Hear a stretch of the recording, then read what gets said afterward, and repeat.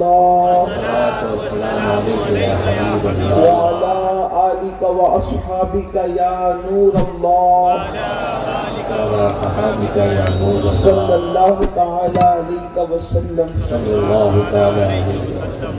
اٹھا دو پردہ دکھا دو چہرہ کہ نور باری حجاب میں ہے، زمانہ تاریک ہو رہا ہے کہ مہر کب سے نقاب میں ہے۔ کھڑے ہیں منکر نکیر سر پر، نہ کوئی حامی نہ کوئی یاور، بتا دو آ کر میرے پیمبر کہ سخت مشکل جواب میں ہے۔ خدائے قہار ہے غضب پر، کھلے ہیں بدکاریوں کے دفتر، بچا لو آ کر شفیع محشر، تمہارا بندہ عذاب میں ہے۔ کریم ایسا ملا کہ جس کے کھلے ہیں ہاتھ اور بھرے خزانے، بتاؤ اے مفلسوں کے پھر کیوں تمہارا دل اضطراب میں ہے۔ وہ گل ہے لبہائے نازک ان سے ان کے ہزار جھڑتے ہیں پھول جن سے، وہ گل ہے لبہائے نازک ان کے ہزار جھڑتے ہیں پھول جن سے، گلاب گلشن میں دیکھے بلبل یہ دیکھ گلشن گلاب میں ہے۔ کریم اپنے کرم کا صدقہ لئی میں بے قدر کو نہ شرما، تو اور رضا سے حساب لینا، رضا بھی کوئی حساب میں ہے۔ آج کی یہ محفل دارالعلوم اہل سنت فیض النبی کے دستار بندی کے موقع پر انعقاد پذیر ہے۔ اللہ تبارک و تعالی اس ادارے کو اور اہل سنن کے جتنے ادارے تنظیمیں اور تحریکیں کام کر رہی ہے، سب کو اپنی شان کے مطابق دین کی عالمی رات عالمی ترقی عطا فرمائے اور ہمیں ہر ایک کی مدد کرنے اور تعاون کرنے کی توفیق عطا فرمائے۔ آمین۔ میں اس مبارک گھڑی میں دارالعلوم کے جملہ مدرسین کو، منتظمین کو، ناظم اعلیٰ کو، سب کو ہدیہ تبریک پیش کرتا ہوں اور دعا کرتا ہوں کہ اللہ سب کی صحیح جمیلہ کو قبول فرمائے۔ وقت بہت ہو گیا ہے، تھوڑی دیر کے لیے کچھ باتیں جو آیات تلاوت کی گئی ہے اس کے متعلق عرض کرنے کی سعادت حاصل کی جاتی ہے۔ اللہ پاک کی بارگاہ میں دعا ہے جن آیات کی تلاوت کی گئی ہے اس کے متعلق مجھے حق کہنے اور آپ سب کو حق سن کر اس پر عمل کرنے اور اسے عام کرنے کی توفیق عطا فرمائے۔ ماہ شعبان المعظم کا مہینہ جاری ہے اور اگلے ہفتے میں انشاءاللہ بڑی مبارک رات، برکت والی رات جسے ہم شب برات کہتے ہیں، مغفرت کی رات، رزق کے تقسیم کی رات، زندگی اور موت کے فیصلوں کی رات، پیدائش اور شادیوں کے فیصلوں کی رات بہت جلد آنے والی ہے۔ اللہ رب العزت بنو کلب کی بکریوں کی بالوں کی تعداد کے برابر اپنے بندوں کی مغفرت فرماتا ہے۔ رجب کا مہینہ صوفیہ فرماتے ہیں کہ بونے کا مہینہ ہے، جیسے کسان لوگ بوتے ہیں پھر آبیاری کرتے ہیں پھر فصل کاٹتے ہیں، ایسے ہی یہ نیکیوں کا موسم ہے۔ رجب کا مہینہ بونے کا مہینہ ہے، شعبان کا مہینہ آبیاری کرنے کا مہینہ ہے اور رمضان المبارک کا مہینہ فصل کو کاٹنے کا مہینہ ہے۔ میرے آقا صلی اللہ علیہ وآلہ وسلم کے دیوانوں، ہم لوگ انتہائی غفلت شعار لوگ ہیں۔ ہم سب دنیا کے اندر اور دنیا کی محبت کے اندر اتنے ڈوب چکے ہیں کہ ہم دین دھرم بھول چکے ہیں، مذہب و مسلک اس طرح بھول گئے ایسا لگتا ہے کہ جیسے کبھی اس سے کوئی واسطہ تھا یا نہیں۔ یہ حالات دن بدن بڑھتے جا رہے ہیں۔ اللہ کے بندوں، اللہ رب العزت کا کلام ہم سب کو پکار پکار کر دعوت فکر دے رہا ہے۔ قرآن کہتا ہے الہاکم التکاثر حتی زرتم المقابر، ہلاک کر دیا تم کو مال کی زیادہ طلبی نے، ہلاک کر دیا تم کو مال کی محبت نے، یہاں تک کہ تم موت کے منہ میں پہنچ گئے، یہاں تک تم قبر کے گڑھے تک پہنچ گئے۔ اللہ اکبر، آج سب سے زیادہ چہیتا سب سے زیادہ پیارا انسان کو اگر کوئی ہے تو وہ اس کا مال ہے۔ مال سے اتنی محبت ہے کہ انسان مال کمانے کے لیے کبھی جھوٹ بھی بولتا ہے، مال کمانے کے لیے نمازوں کو ترک بھی کرتا ہے، مال کمانے کے لیے کسی کا گلا بھی کاٹتا ہے، مال کمانے کے لیے ایمان اور ضمیر کا سودا بھی کرتا ہے۔ انسان مال میں کتنا ڈوب چکا ہے، بہت سارے لوگوں کو تو مال کے سوا کچھ نظر ہی نہیں آتا، ان کے لیے سب کچھ مال ہی مال ہے اور مال کی محبت بھی ہے۔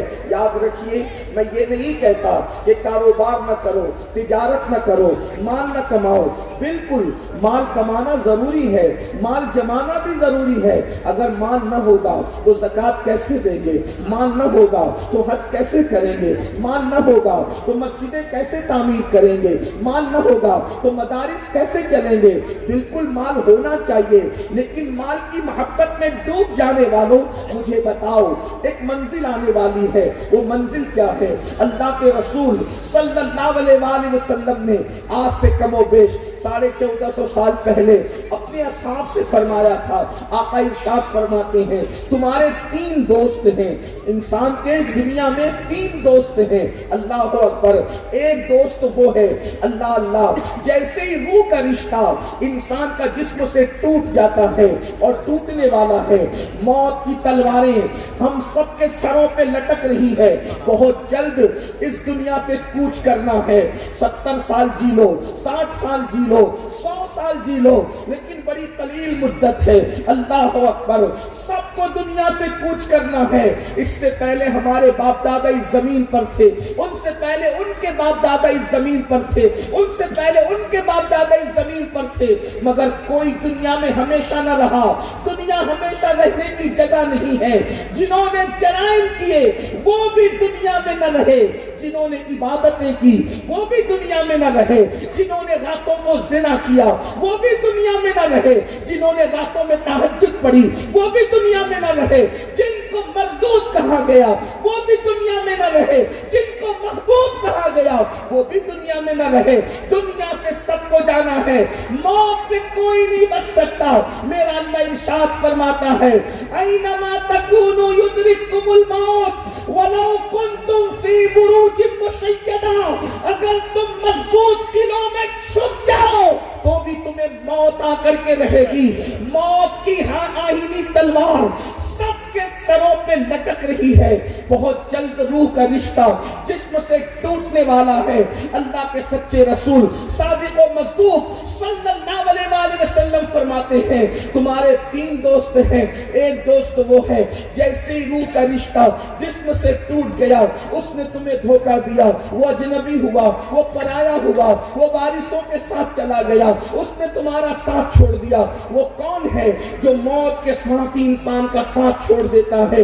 اللہ کے رسول علیہ السلام فرماتے ہیں اس کو مال کہتے ہیں۔ دیکھیے سب سے پہلے ساتھ چھوڑنے والا کون ہے؟ مال، جس کے لیے آپ رات دن محنت کر رہے ہو، محنت کرتے رہو، لیکن اللہ کو مت بھولو، اللہ کو فراموش مت کرو، اللہ کی عبادتوں سے دور نہ بھاگو۔ اللہ اکبر، آج دیکھو تو صحیح، انسان سعودی تک جاتا ہے مال کمانے کے لیے، انسان دبئی تک جاتا ہے مال کمانے کے لیے، انسان امریکہ افریقہ تک جاتا ہے مال کمانے کے لیے، لیکن اعمال کمانے کے لیے محلے کی مسجد تک نہیں جاتا انسان۔ کتنے افسوس کی بات ہے، جو مال سب سے پہلے دھوکہ دے گا اس مال کے لیے 7 سمندر پار کر کے گیا، اور جو اعمال اللہ اکبر اس میں کبھی دھوکہ نہیں دینا ہے، اس اعمال کے لیے انسان چند قدم بھی چلنے کو تیار نہیں ہے۔ اللہ کے رسول علیہ السلام فرماتے ہیں اللہ اکبر، سب سے پہلے دھوکہ دینے والا تمہارا مال ہے۔ اس کے بعد ارشاد فرمایا دوسرا دوست وہ ہے جو قبر تک انسان کے ساتھ آتا ہے، غسل بھی دیتے ہیں، کفن بھی پہناتے ہیں، بیماری میں بیمارداری بھی کرتے ہیں، لیکن جب قبر کے قریب پہنچتے ہیں اس گڑھے پر قریب آ کر کے ساتھ چھوڑ کر کے چلے جاتے ہیں۔ وہ تمہارا دوسرا دوست کون ہے؟ تمہارے بچے، تمہارے ماں باپ، تمہارے احباب، تمہارے ساتھی۔ اللہ اکبر یہ سب چھوڑ کر چلے جاتے ہیں. اور تیسرا تمہارا دوست ہے جو قبر میں بھی تمہارے ساتھ رہتا ہے اور تمہارا دل بہلاتا ہے, حشر میں بھی تمہارے ساتھ رہے گا, تمہارا دل بہلائے گا, میزان پہ بیٹھ کر کے تمہارا معاملے کو وزنی کر کے تمہارا کام بنائے گا. وہ کون ہے جس نے نہ قبر میں ساتھ چھوڑا نہ جس نے حشر میں ساتھ چھوڑا, حتیٰ کہ جنت تک پہنچا دیا. آقا فرماتے ہیں وہ تیسرا دوست تمہارے اعمال ہے, اعمال. اب آپ مجھے بتائیں, سب سے پہلے دھوکہ دینے والا مال, اس کے بعد عیال اور اس کے بعد اعمال. اعمال انسان کا ساتھ دیتے ہیں اور انسان کو عمل کے لیے فرصت نہیں ہے. اللہ اکبر. اب آپ مجھے بتائیں, انسان ہر محنت کرنے کو تیار ہے, ہر کوشش کرنے کو تیار ہے, ہر کاوش کرنے کو تیار ہے, عمل کے لیے انسان کیوں تیار نہیں ہے؟ اور میرے بھائیو یاد رکھنا, کفن کے اندر نہ جیب ہوتی ہے نہ قبر میں تجوریاں ہوتی ہے. کون اپنا مال یہاں سے لے گیا؟ جو ہم نے اپنا مال لے کر جانا ہے. میرا مال, میرا مال, میرا مال. میری مائیں اور بہنیں بھی یہاں موجود ہے, ان کو زیور کا شوق ہے, اچھے کپڑوں کا شوق ہے, لیکن نیک اعمال کا شوق کس کو ہے؟ اللہ اکبر. قرآن کہہ چکا ایمان کے بعد نیک اعمال کی بڑی اہمیت ہے, اور جس نے ایمان کے بعد عمل کیا جنت اسی کا ٹھکانہ ہے, اسی کے لیے جنت ہے. قرآن کہتا ہے ان الابرار لفی نعیم. اللہ اکبر. بے شک نیکوں کے لیے جنت ہے. اور پھر کہا ان الفجار لفی جحیم, اور گنہگاروں کے لیے جہنم ہے. قرآن کہہ چکا, قرآن فیصلہ کر چکا. اب آپ مجھے بتائیں, اللہ کے سچے رسول صادق و مصدوق فرماتے ہیں, اللہ اللہ میرے قریب آقا فرماتے ہیں تمہاری قبر یا تو جنت کے باغوں میں سے باغ ہوگی یا تمہاری قبر جہنم کے گڑھوں میں سے گڑھا ہوگی. اب تم پر اختیار دیا گیا, یا تو تم قبروں کو جنت کے باغوں میں سے باغ بنا لو اچھے اعمال کر کے, یا جہنم کے گڑھوں میں سے گڑھا بنا لو برے اعمال کر کے. اللہ کے بندو آج یہ ذرا غور تو کرو, ذرا سوچو تو صحیح. میرے پیارے آقا صلی اللہ علیہ وسلم کے پیارے دیوانوں, زندگی کتنی ہے؟ بہت تھوڑی سی ہے. اللہ اکبر. کل کی خبر نہیں, اللہ پل کی خبر نہیں, کل کی بات کون کرے. بلکہ میں تو یہ کہتا ہوں پتہ نہیں میری تقریر مکمل بھی ہو سکے گی یا نہیں, کون رہے گا کون نہ رہے گا. اللہ اکبر. کل کا سویرا کون دیکھے گا نہیں دیکھے گا, کچھ بھی نہیں. اس کے باوجود بھی ہمیں نیک اعمال کی فکر نہیں ہے, ہم اعمال کے معاملے میں آگے بڑھنے کے لیے تیار نہیں. اللہ اکبر. یاد رکھو ایک دن قبر میں جانا ہے, قبر ٹھکانا ہے. ترمذی شریف کی حدیث ہے, اللہ کے رسول مصطفیٰ کریم رؤوف الرحیم صلی اللہ علیہ وسلم ارشاد فرماتے ہیں, اللہ اکبر, انسان جب اس کی قبر میں جاتا ہے تو اس قبر کے اندر 70 اژدہے, اللہ, اس قبر میں 70 اژدہے ہیں. اور ان 70 ابھی یہ کسی خطیب کی خطابت کی جولانیاں نہیں ہیں, یہ کوئی کہانی قصہ نہیں ہے, یہ حدیث کی مستند کتاب سے صحیح حدیث ہے. اللہ کے رسول صلی اللہ علیہ وسلم فرما رہے قبر میں 70 اژدہے, اندھیرا, تاریکی. اللہ اکبر. قبر کا حال یہ ہے کہ اگر انسان کو کوئی عذاب نہ بھی دیا جاتا, صرف انسان کو قبر میں اکیلے رکھا جاتا, تو بھی انسان کی کیا حالت ہوتی. جس دن ہمارے گھر میں بیوی بچے نہیں ہوتے, گھر والے نہیں ہوتے, اس دن بتاؤ گھر میں ہمیں وحشت لگتی ہے. اپنے بنائے ہوئے گھر میں جس میں لائٹ بھی ہے, پنکھا بھی ہے, اے سی بھی ہے, ساری سہولتیں موجود ہیں, اس کے باوجود بھی اپنے گھر میں تنہائی ہمیں کاٹتی ہے. اللہ اکبر. کووڈ کے دور میں صرف تنہا رہ کر کے انسان بیمار ہو گئے, تنہائی میں انسان وحشت سے مر گئے. اللہ اکبر.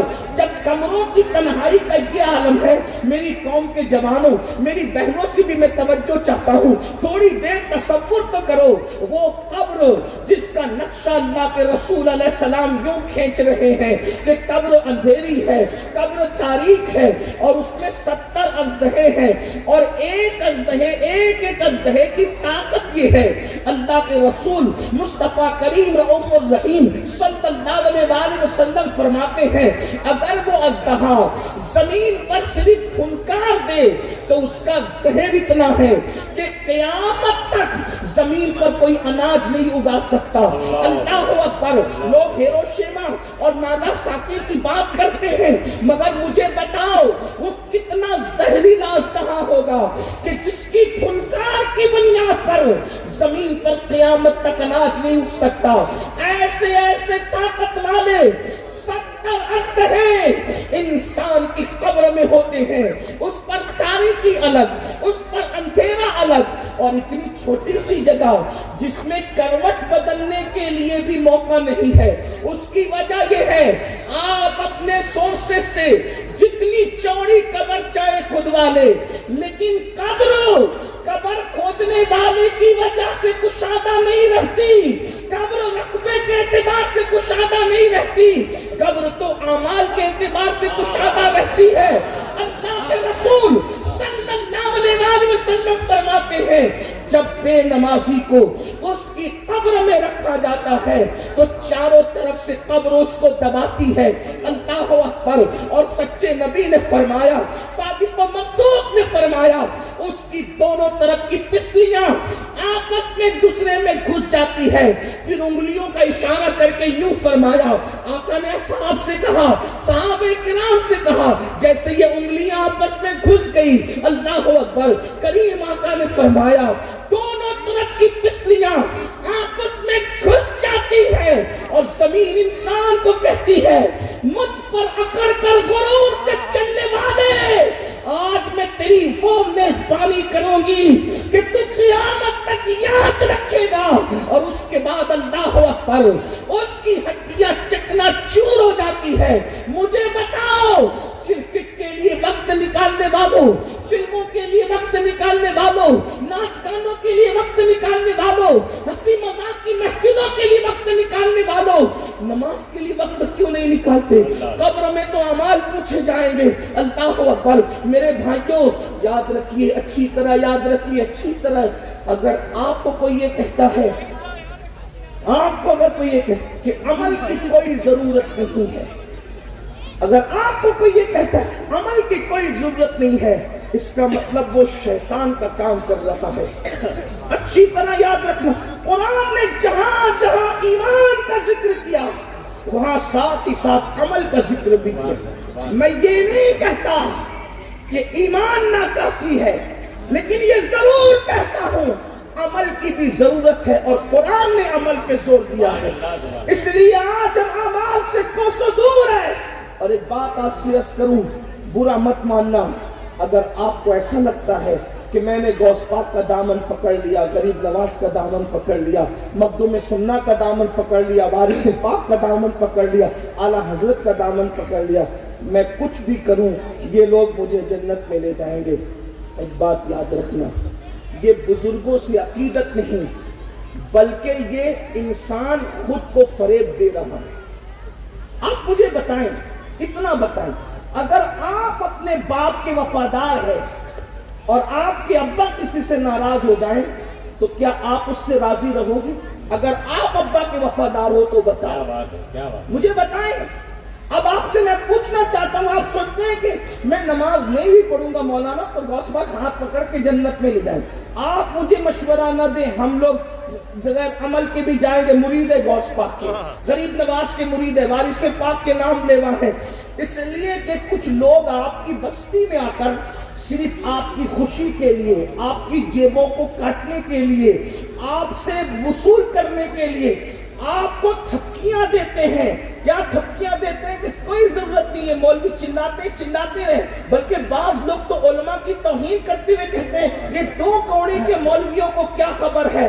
میں یاد کرانا چاہتا ہوں آپ کو، مولوی جتنا جانتا ہے اتنا کوئی نہیں جانتا، اس کی وجہ یہ ہے کہ تم کسی اور کی کتاب پڑھتے ہو، مولوی اللہ کی کتاب پڑھتے ہیں۔ سبحان اللہ، سبحان اللہ۔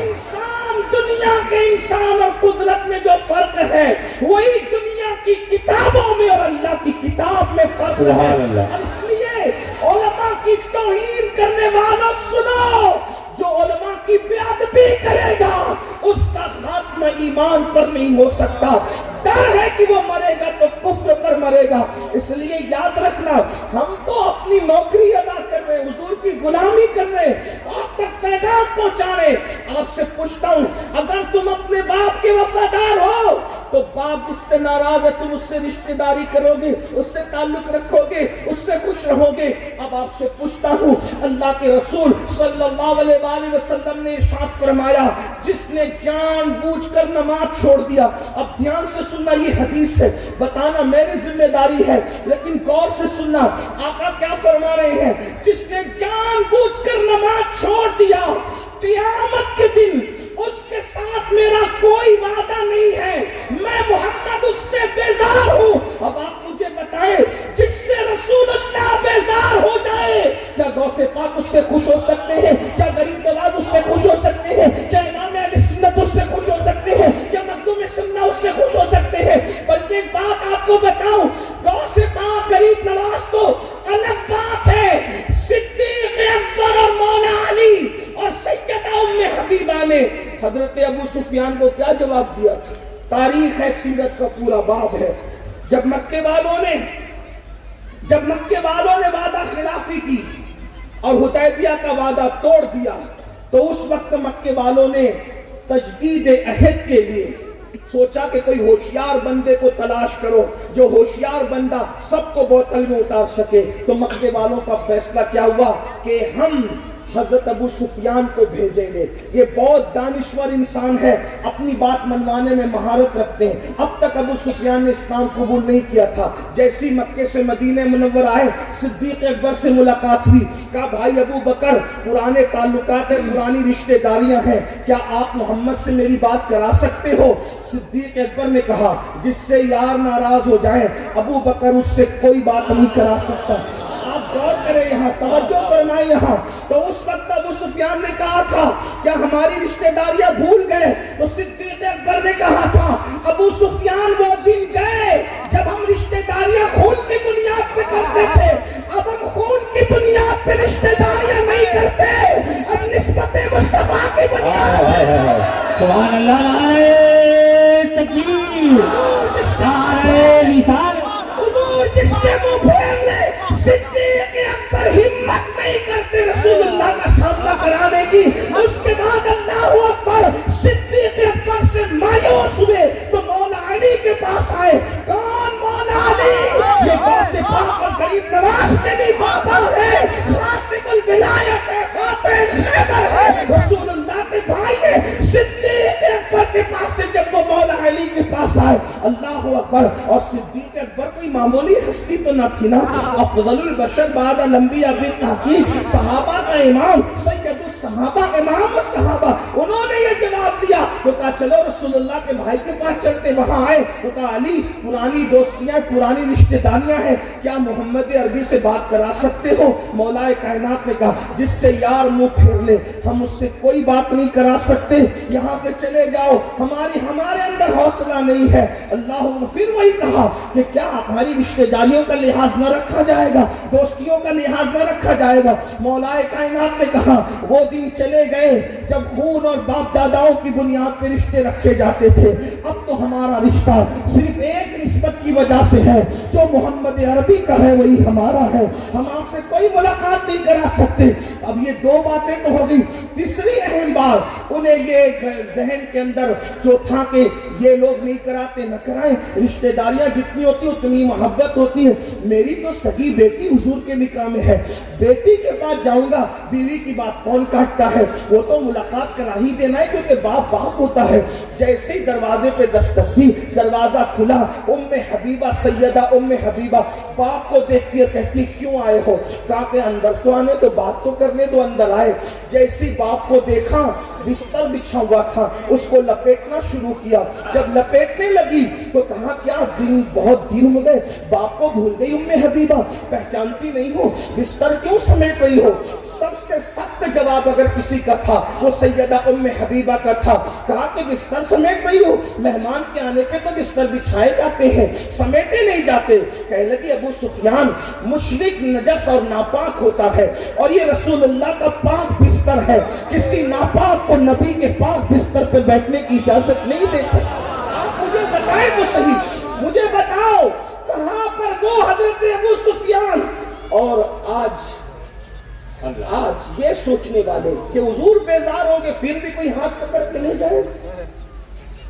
حضور کس سے بیزار؟ اللہ کے رسول نے فرمایا میں اس سے بیزار ہوں جو جان بوجھ کے نماز چھوڑے. یہ ہزاروں کا مجمع رات میں 2 بجے بھی اس طرح چاقو چوبند اور پورے ذوق کے ساتھ بیٹھا ہے, ایسا لگتا ہے جیسے مغرب کے بعد کا وقت ہے. میرے دل کی دعائیں آپ لوگ ہم لوگوں سے جو محبت کرتے اللہ اس کا صلہ دیں. لیکن آپ سے پوچھتا ہوں جلسے میں بیٹھنے کا جو شوق ہے کیا مسجد میں آنے کا بھی وہی شوق ہے؟ آپ مجھے بتائیں 5 گھنٹے جلسے میں تو بیٹھ سکتے ہیں, 10 منٹ مسجد کے لیے نہیں نکال سکتے. اللہ کے بندو آئیے اعلیٰ حضرت کی بات کرتے ہیں. آؤ میں اعلیٰ حضرت کو کوٹ کروں. آپ کو بتاؤں اعلیٰ حضرت نے صرف بد مذہبوں کو کافر نہیں کہا, اپنوں کی بھی تو اصلاح کی. ہم نے ایک رخ کو یاد رکھا اور یاد رکھنا بھی چاہیے, لیکن دوسرا رخ ہم کیوں بھول گئے؟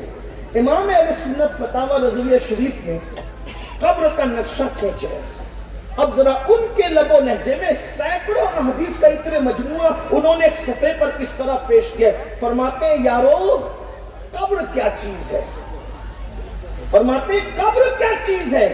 ارشاد فرماتے ہیں قبر وہ ہے جہاں اندھیرا ہی اندھیرا, تاریکی ہی تاریکی, اور قبر کی پہلی رات سوال و جواب کے لیے نکیرین آتے ہیں جن کو منکر نکیر کہتے ہیں. امام لکھتے ہیں ان کے بھیانک بال زمین سے مس ہے, اتنے بڑے بڑے ان کے بال ہیں کہ وہ زمین سے ٹچ ہوتے ہیں. ان کے دانت بیلوں کے سینگ کی طرح, ان کی آنکھیں بڑی بڑی دیگوں کی طرح. ذرا غور تو کریں, یہ نقشہ ہے. رات کے اندھیرے میں اپنے سائے سے ڈرنے والوں, چپکلی اور چوہے کو دیکھ کر کے چیخ مار کے رونے والوں, ذرا اندازہ تو کرو. قبر کی پہلی رات ہے, اندھیرا ہی اندھیرا, تاریکی ہی تاریکی, اور منکر نکیر آ رہے ہیں سوال و جواب کے لیے. سب کی قبر میں آنا ہے. اندازہ ان کے بھیانک بال زمین تک لٹکے ہوئے, دانت بیل کے سینگ کی طرح, آنکھیں دیگوں کی طرح, اور ناخن اتنے لمبے, اللہ اکبر, اور زمین کو چیرتے ہوئے آئے. اور آنے کے بعد ان کے ہاتھ میں ایک گز ہے, اللہ اکبر, لوہے کا ہتھوڑا. امام لکھتے ہیں حدیث پاک کی روشنی میں منکر نکیر کے ہاتھ میں جو ہتھوڑا ہے لوہے کا, اگر سارے جن اور انس مل کر بھی اس کو اٹھانا چاہے تو نہ اٹھا سکے. ایسا وزنی ہتھوڑا لے کر کے آئے اور انسان کو جھنجھوڑ کر کے اٹھائے, اور اٹھا کر کے مہلت بھی نہ دے, اور فوراً سوال کرے اس منزل سے ہمیں گزرنا ہے. اس کے لیے کیا تیاری ہے؟ اس کے لیے ہمارے پاس کیا ہے؟ کچھ بھی نہیں. کھڑے ہو کر پیشاب کرتے ہیں, کھڑے ہو کر کھاتے پیتے ہیں, 3-3 4-4 دن تک غسل جنابت نہیں کرتے, کلمہ طیبہ کئی دن تک نہیں پڑھتے, برسوں ہو جاتے قرآن کو کبھی ہاتھ بھی نہیں لگاتے, اور اس پر ہم یہ سوچ کر بیٹھے ہیں مولانا ہم سنی ہیں تو ہم جنت ہی میں جائیں گے. میں کہتا ہوں یہ کون سی سنیت ہے جس میں نہ تلاوت قرآن ہے نہ کلمہ طیبہ کا ورد ہے؟ یہ کون سی سنیت ہے جس میں 3 دن تک کے غسل جنابت نہیں ہے؟ یہ کون سی سنیت ہے جس میں کھڑے ہو کر پیشاب کرنا ہے؟ آپ نے سنیت کو سمجھا کیا ہے؟ یہ علماء پورا مجمع میرے سامنے میری پشت پناہی کر رہا ہے. میں ان سے گزارش کروں گا اگر میں ایک لفظ بھی غلط کہوں کہ مجھے ابھی روکے, ابھی ٹوکے. لیکن ایک بات آپ سے کہنا چاہتا ہوں, سنیت صرف مزارات پر چادر چڑھانے کا نام نہیں ہے. سنیت قبروں پر صرف پھول چڑھانے کا نام نہیں ہے. سنیت صرف نعتوں کو سن کر 10-20 کی نوٹ جھوم کر شاعر کو دینے کا نام نہیں ہے. سنیت کیا ہے؟ سنیت وہ ہے جو سرکار غوث اعظم نے نظریات پیش کی, جو غریب نواز نے پیش کیے. آپ سے پوچھتا ہوں آپ کا پیر کچھ بھی ہو سکتا ہے, کیا سرکار غوث اعظم رضی اللہ تعالی کے مرتبے تک نہیں پہنچ سکتا ہے؟ آخر غوث پاک عشاء کے وضو سے فجر کی نماز کیوں پڑھتے تھے؟ کیا ان کو نہیں پتا تھا کہ میں نہیں جنت میں جاؤں گا تو کون جائے گا؟ جنت تو میرے بابا کی ہے، اور واقعی ان کے بابا کی جنت ہے، واقعی ان کے بابا کی جنت ہے۔ لیکن آپ سے پوچھتا ہوں، آخر انہوں نے عشاء کے وضو سے 40 سال تک فجر کیوں پڑھی؟ 15 سال تک ایک رات میں پورا قرآن شریف کیوں ختم کیا؟ اور اتنا سب کچھ کرنے کے بعد جب حج کو گئے تو کعبے کا گلاؤ پکڑ کر غوث پاک کہتے ہیں، اے اللہ، عبد القادر کے اعمال اگر تیری بارگاہ میں قبولیت کے قابل نہیں ہے تو قیامت کے دن تو عبد القادر کو اندھا اٹھانا۔ کون کہہ رہا ہے؟ آپ مجھے بتاؤ، یہ جو ہم کر رہے ہیں اور سب کچھ کرنے کے بعد بھی ہمارے ماتھے پر کوئی شکن نہیں ہے اور ہماری جنت ہاتھ سے نہیں جاتی، شراب پی لو تو بھی جنتی، جوا کھیلو تو بھی جنتی، عورتوں کے ساتھ پاپ کرو تو بھی جنتی، یہ کتنی کنفرم جنت ہے جو ہاتھ سے نہیں جاتی۔ وہاں نبی کا بیٹا جہنم میں جا سکتا ہے، آج کل کا شرابی سنی جو وہ تو کچھ بھی کرے وہ جنت ہی میں جائے۔ میں یہ نہیں کہہ رہا ہوں کہ مجرم ہمیشہ جہنم میں رہیں گے، یہ نہیں کہہ رہا ہوں، لیکن اگر نبی کا بیٹا جہنم میں جا سکتا ہے نوح علیہ السلام کے بیٹے کی شکل میں، تو آپ مجھے بتائیں تو صحیح نا مسلمانوں، ہم کہاں ہیں؟ ہم کس راستے پر ہیں؟ اللہ کے بندو عمل کرو، عمل۔ اللہ کے رسول علیہ السلام نے اپنے خاندان کے لوگوں سے کہا تھا، اے بنو ہاشم، عمل کرنا، عمل، اس لیے کہ فرمایا لوگ عمل لے کر آئے اور تم صرف نسب لے کر آؤ، ایسا نہیں ہونا چاہیے، کیونکہ جس کو عمل نے پیچھے کر دیا اس کو نسب کبھی آگے نہیں کر سکتا۔ حضور نے اپنے خاندان والوں سے کہا، حالانکہ ہمارا عقیدہ ہے کہ حضور کا نسب کام آئے گا، جس کا نسب کام آئے گا، جس کا نسب منقطع نہیں ہوگا، وہ ارشاد فرمائے اپنے خاندان والوں کو، میرے بھائیوں ہمارا تو کوئی ٹھکانہ ہی نہیں ہے، کوئی گزارا ہی نہیں ہے، اس لیے اللہ کے بندو آج صدق دل سے توبہ کرو، سچے دل سے توبہ کرو، عمل کے میدان میں آؤ۔ اللہ اکبر۔ امام اہل سنت سیدی اعلیٰ حضرت امام احمد رضا خان محدث بریلوی رحمت اللہ علیہ فرما رہے ہیں، لکھ رہے ہیں حدیث کی روشنی میں، وہ ہتھوڑا جس کو انس اور جن بھی مل کر کے اٹھا نہ سکیں، اللہ اکبر، جب وہ ہتھوڑا کسی انسان پہ پڑے گا تو کیا ہوگا؟ یہاں تو لوگ انسان کو بھول چکے رہتے ہیں۔ میرے بھائیوں، کس پر غرور کر دو؟ کس پہ گھمنڈ؟ مال پر، آل پر؟ بھائیوں یہاں تو جیتے جی اولاد بھول جاتی ہے ماں باپ کو، جو جیتے جی بھول جائے وہ مرنے کے بعد کیا یاد رکھیں گے کسی کو؟ اس لیے اپنے لیے کچھ کر لو، اعمال کر لو۔ بہت مختصر وقت ہے، بہت مختصر۔ حدیث پاک میں آتا ہے حضرت ملک الموت روزانہ قبرستان والوں سے کہتے ہیں، اے قبر والوں بتاؤ اب تم کو کس پہ رشک آتا ہے، تم کو کس پہ رشک آتا ہے؟ تو قبر والے کہتے ہیں جو دنیا میں نماز پڑھتے ہیں ان پہ رشک آتا ہے، جو دنیا میں روزے رکھتے ہیں ان پہ رشک آتا ہے، جو حج کرتے ان پہ رشک آتا ہے، جو زکوٰۃ دیتے ان پہ رشک آتا ہے، جو ذکر اذکار کرتے ان پہ رشک آتا ہے۔ افسوس وہ تو سب کر سکتے، ہم نہیں کر سکتے۔ آج نماز نہیں پڑھ سکتے، مولانا چیخ چیخ کر کہہ رہے ہیں گھنٹوں تقریر نماز کو رہی، قوم مسجد میں آنے کو تیار نہیں ہے۔ آج نماز کا وقت ہے، نہیں پڑھتے، قبر میں جانے کے بعد نماز کی اہمیت پتہ چلے گی، پھر صرف 2 رکعت پڑھنے کی مہلت مانگو گے، لیکن 2 رکعت پڑھنے کی بھی مہلت نہیں ملے گی کیونکہ وقت جا چکا ہوگا۔ اس لیے اللہ کے بندو، اللہ نے زندگی دی ہے، اس کا فائدہ اٹھاؤ، نیک عمل کرو۔ پھر میں آپ سے پوچھتا ہوں، ایک وقت کی نماز کے لیے صرف 10 منٹ لگتے ہیں، 5 وقت کی نماز کے لیے 50 منٹ لگتے ہیں، 50 منٹ دے دو، دنیا بھی کامیاب کر لو، آخرت بھی کامیاب کر لو۔ لیکن پھر کہتا ہوں نماز پہ غرور مت کرنا، گھمنڈ مت کرنا۔ آئیے ذرا بات کو اینڈ کی طرف لے جاتے ہیں، کیونکہ میں نے کہا تھا لمبی نہیں کریں گے، لیکن اینڈ کی طرف لے جاتے ہوئے کچھ درد دل آپ کے سامنے رکھتے ہیں۔ توجہ کریں، تھوڑا کبھی تصور کریں، کبھی تنہائی میں بیٹھ کے سوچیں کہ اللہ نہ کرے، دیکھو میں بددعا کے طور پہ نہیں کہہ رہا ہوں، یہ ہونا ہے، کبھی اس کا تصور کرنا۔ اللہ آپ کو عمر نو عطا کرے، لمبی عمر عطا کرے، آپ سب کو دے، ہمیں دے، ہمارے علماء کو دے۔ لیکن ایک بات آپ سے میں عرض کرنا چاہتا ہوں، میرے بھائیوں یہ بتاؤ، کبھی تصور کرو کہ میں بیمار پڑ گیا، ڈاکٹر نے جواب دے دیا، ڈاکٹر کے جواب دینے کے بعد پھر میرا حال یہ ہوا کہ مجھ پہ سکرات طاری ہو گئی۔ سوچو، طاقتور جسم، قوت والا جسم، سکرات طاری ہو گئی، پیاس اتنی لگی ہے کہ 7 سمندر کا پانی بھی منہ میں نچوڑ دیا جائے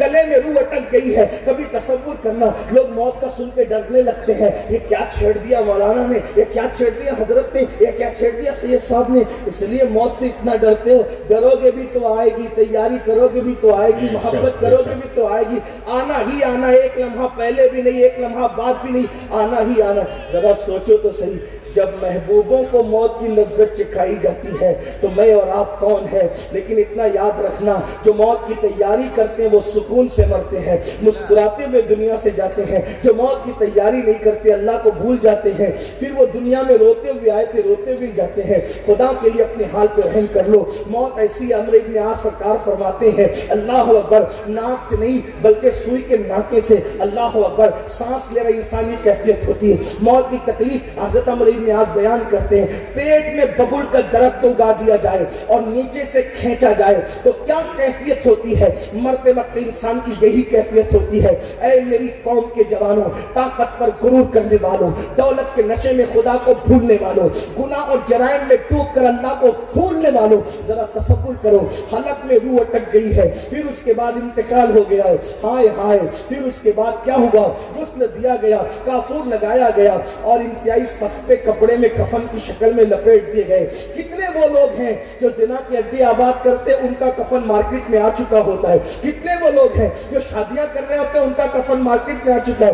اتنے سارے لوگوں میں کتنے ہوں گے جن کا کفن آج مارکیٹ میں آ چکا ہوگا.